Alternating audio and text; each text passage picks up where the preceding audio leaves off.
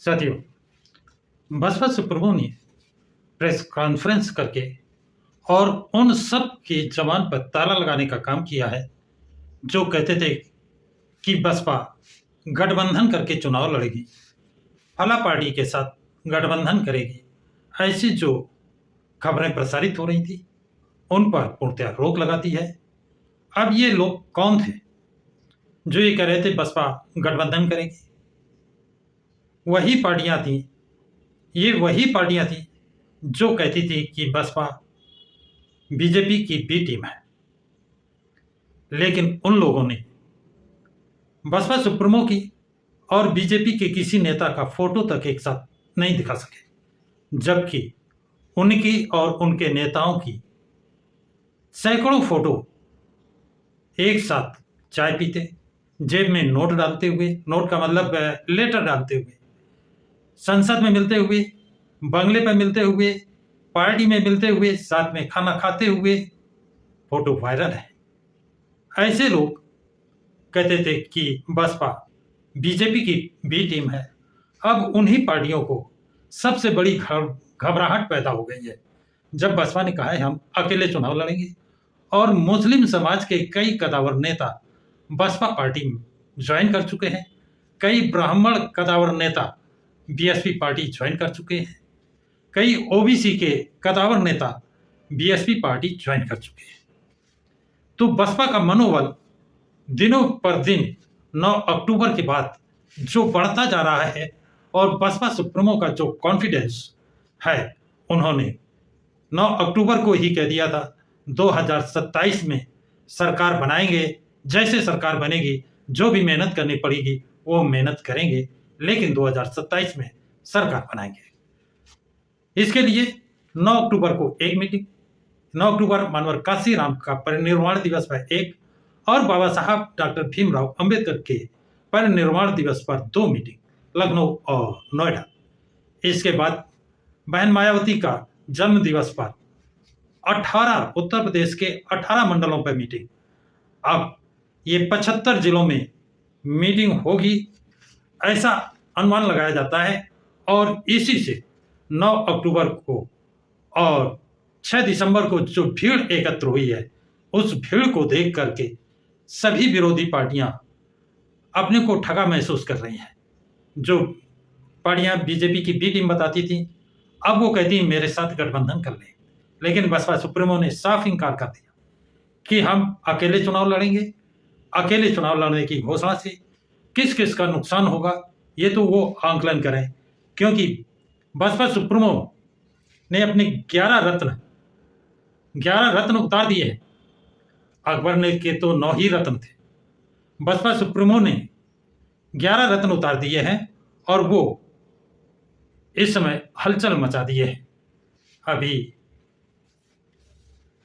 सबका काम अलग अलग, और सिर्फ टारगेट उत्तर प्रदेश ही नहीं, ये टारगेट पूरा भारत है, इंडिया है। इसमें 9 रत्न में हैं कौन कौन से, ये जानने के लिए आप उत्सुक होंगे।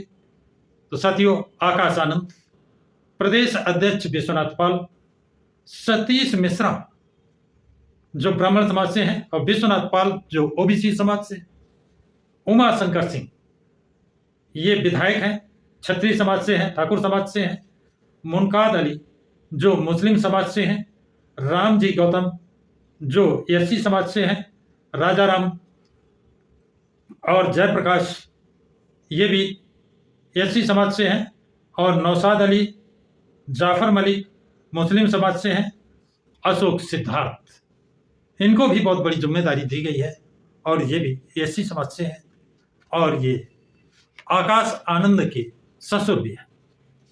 ये 9 रत्न, 11 रत्न जो बसपा सुप्रीमो ने मैदान में उतारे हैं, ऑल इंडिया लेवल पर इन्होंने इनको उतारा है।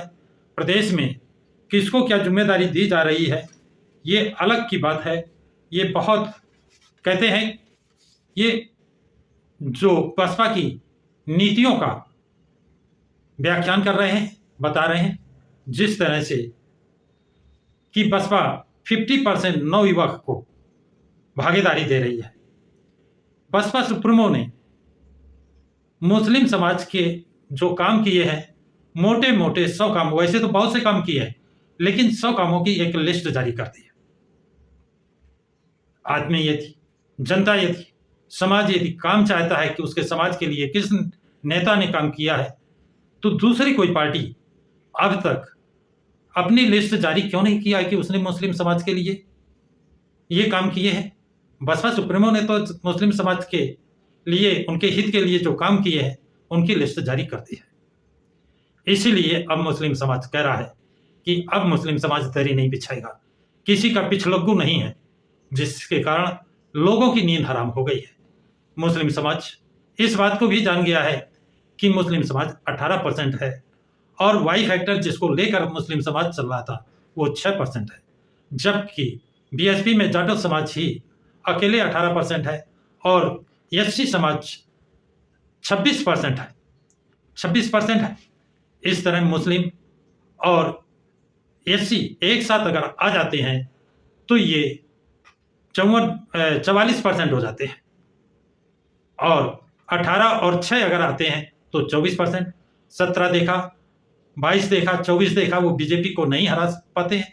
अब मुस्लिम समाज ने मन बना लिया है कि इस बार बीएसपी को जिताना है और बुलडोजर को हटाना है। अब बुलडोजर राज चाहिए या कानून का राज चाहिए, तो बसपा सुप्रीमो का कानून का राज सभी जानते हैं, वहां कोई रियायत नहीं है, चाहे वो पार्टी का हो या विपक्ष का हो। जो कानून को तोड़ेगा उसके खिलाफ कार्रवाई होती है। अब ये बुलडोजर कहाँ चले जाएंगे इसका पता नहीं चलेगा। ये अपराधी का ठिकाना नहीं रहेगा, कहाँ जाते हैं। गांव पर बसपा सुप्रीमो ने गांव के विकास पर विशेष जोर दिया है और कहा है चलो गांव की ओर, अपने कैडर से उन्होंने कहा है चलो गांव की ओर। अगला उन्होंने कहा है जिसकी जितनी संख्या भारी उसकी उतनी हिस्सेदारी। तो इस हिसाब से पहले भी बसपा ने उस हिस्सेदारी के हिसाब से सबको टिकटें दी थी और मुस्लिम समाज को तो बढ़ चढ़ करके टिकटें 100 टिकट दिए थे। बहुजन समाज, अब बहुजन समाज नहीं, बहुजन समाज पार्टी है। अब उसने सर्वजन हिताय सर्वजन सुखाय का जो नारा दिया है, जब सरकार बनती है तो वो एक आदमी की, एक जात की, एक धर्म की नहीं, वो सभी धर्मों की, सभी जातियों की, प्रदेश में या देश में जो भी सरकार बनती है वो पूरे प्रदेश की सरकार होती है। किसी जाति और धर्म का लोग है उनकी सरकार होती है, उनके हितों का ख्याल रखना होता है। जैसे संत शिरोमणि रविदास ने कहा था, ऐसा चाहूं राज्य में जहां मिले सबन को अन्न। इस सिद्धांत पर यदि कोई पार्टी ने काम किया है तो वो पार्टी है बीएसपी। उनका काम देख सकते हैं और अपराधियों पर अंकुश लगाने का जो नजीर पैदा की है वो बसपा सुप्रीमो की है। ये नहीं कि किसी शहर में सांप्रदायिक दंगा हो रहा है और मुख्यमंत्री बॉम्बे की हीरोइनों को नचा रहा है, हीरोइनें नाच रही हैं। ऐसे नहीं, बसपा सुप्रीमो सख्त निर्णय, सख्त आदेश देने की आदी हैं और ऐसे किसी भी पदाधिकारी को बख्शती नहीं है और अंकुश तुरंत लगता है। इसलिए उनके शासनकाल में कोई हिंदू मुस्लिम राइट्स नहीं हुए थे।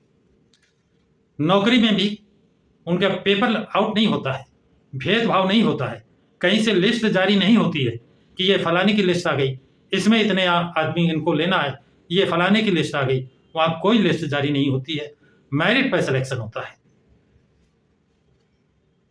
मुसलमानों का बिना भेदभाव के विकास, यानी मुसलमानों को जो उपेक्षित लोग रखते हैं, सिर्फ उनका वोट लेने का तो दिखाते हैं कि हम तुम्हारे बहुत करीब हैं, बहुत ये करेंगे, झूठे आश्वासन, प्रलोभन, लॉलीपॉप दिखाया जाता है। लेकिन जब सरकार बन जाती है तो उन्हें कुछ मिलता नहीं है। जबकि बसपा सुप्रीमो झूठे आश्वासन नहीं देती हैं, वो करके दिखाती हैं। और करके दिखाया इसलिए 100 कामों की लिस्ट उन्होंने जारी कर दी है। ये कोई है काम किया है। जो अपने को मुस्लिम का हमदर्द मानता है वो क्यों नहीं लिस्ट जारी करता है। बुलडोजर राज खत्म हो जाएगा। बसपा सुप्रीमो कहती हैं कि मेरा राज आएगा, मेरी सरकार बनेगी तो कानून का राज होगा, बुलडोजर का राज नहीं। झूठे वादे नहीं करेंगे। बसपा सुप्रीमो कहती है हम झूठे वादे नहीं करते हैं। संविधान का राज्य जहां पर स्वतंत्रता, समानता, निष्पक्षता, शिक्षा, रोजगार सभी को समान रूप से मिलेंगे। किसी के साथ जाति या धार्मिक भेदभाव नहीं होगा। महिला सुरक्षा को प्राथमिकता दी जाएगी। महिलाओं के साथ जो आए दिन घटनाएं होती रहती हैं, वो आंकड़े सभी सरकारों के देखे जा सकते हैं। किस सरकार में कितने आंकड़े पड़े हैं, किसने कितने अत्याचार हुए हैं, इन पे अंकुश लगाने का काम अगर कोई कर सका है तो बसपा सुप्रीमो मायावती किए हैं। और उनका वादा है, उनका कहना है कि महिला सुरक्षा को प्राथमिकता दी जाएगी। बेहतर शिक्षा, जो शिक्षा की गुणवत्ता गिर गई है, उस सरकार बनते ही बेहतर शिक्षा, जैसे लोगों को, बच्चों को, जो गरीब बच्चे थे उनको स्टार्टिंग में ही स्कॉलरशिप, हाई स्कूल एंटर करने वाली लड़कियों को साइकिल और धन राशि, पैदा होने वाली लड़कियों को एक मुश्त धन राशि दी जाती थी, जिससे शादी होने के समय वो राशि ऐसी हो जाए कि बगैर किसी लोन और दिक्कत के अपनी लड़की की शादी कर सके। छात्रावासों का निर्माण करवाया था उन्होंने। और जो बसपा सुप्रीमो ने डीएम एसपी के लिए आदेश जारी किया था कि सुबह 10 बजे से 12 बजे कार्यालय बैठेंगे, तहसील दिवस, थाना दिवस लागू होगा और जनसाधारण की समस्याओं का निस्तारण करेंगे। वो पुनः जैसे ही बसपा की सरकार बनती है, ये आदेश, ये काम सख्ती से उसी दिन से लागू हो जाएंगे जिस दिन बसपा की सरकार बनती है।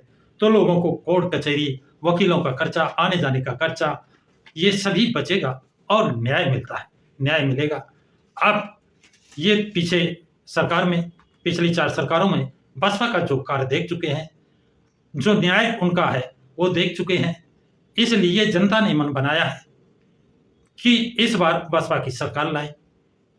इसके लिए एससी, एसटी, ओबीसी और न्यायप्रिय जनरल समाज का सवर्ण समाज भी बसपा की तरफ आकर्षित आ रहा है और इस वायदे के साथ आ रहा है कि इस बार यानी 2027 में बसपा की सरकार।